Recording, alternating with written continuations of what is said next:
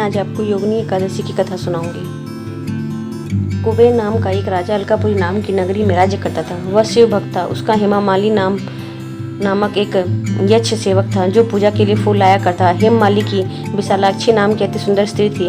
एक दिन वह मानसरोवर से पुष्प लेकर आया, किंतु कामासक्त होने के कारण पुष्पों को रखकर वह अपनी स्त्री के साथ रमन करने लगा। इस भोग विलास में दोपहर हो गई। हेममाली की राह देखते देखते जब राजा कुबेर को दोपहर हो गई तो उसने क्रोध करके अपने सेवकों को आज्ञा दी कि तुम लोग जाकर पता लगाओ कि हेममाली अभी तक पुष्प लेकर क्यों नहीं आया। तब जब सेवकों ने उसका पता लगा लिया तो राजा के पास जाकर बताया, हे राजन, हेममाली अपनी स्त्री के कारण रमन कर रहा था। इस बात को सुन राजा कुबेर ने हेममाली को बुलाने की आज्ञा दी। डर से कांपता हुआ हेममाली राजा के सामने उपस्थित हुआ। उसे देखकर कुबेर को अत्यंत क्रोध आया और उसे उसके होठ पर फड़फड़ाने लगे। राजा ने कहा, अरे अधम, तूने मेरे परम पूजनीय देवों के भी देव भगवान शिव जी का अपमान किया है। मैं तुझे श्राप देता हूँ कि तू स्त्री के वियोग में तड़पे और मृत्यु लोक में जाकर कोढ़ी का जीवन व्यतीत करे। कुबेर के श्राप से वह तत्क्षण स्वर्ग से पृथ्वी पर आ गिरा और कोढ़ी हो गया।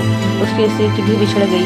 मृत्यु लोक में आकर उसने अनेक भयंकर कष्ट भोगे, किंतु शिव की कृपा से उसकी बुद्धि मलिन न हुई और उसे पूर्व जन्म की भी सुध नहीं रही। अन्य कष्टों को भोगता हुआ तथा अपने पूर्व जन्म के कुकर्मों को याद करता हुआ वह हिमालय पर्वत की तरफ चल पड़ा। चलते चलते वह मार्कंडेय ऋषि के आश्रम में जा पहुंचा। वह ऋषि अत्यंत वृद्ध तपस्वी थे। वह दूसरे ब्रह्म के समान प्रतीत हो रहे थे और उनका वह आश्रम ब्रह्मा की सभा के समान शोभा दे रहा था। ऋषि को देखकर हेममाली वहां गया और उन्हें प्रणाम करके उनके चरणों में गिर पड़ा।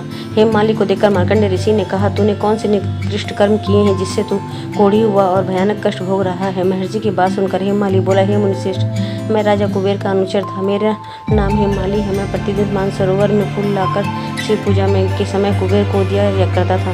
एक दिन पत्नी सहवास के सुख में फंस जाने के कारण मुझे समय का ज्ञान नहीं रहा और दोपहर तक पुष्प न पूजा सका।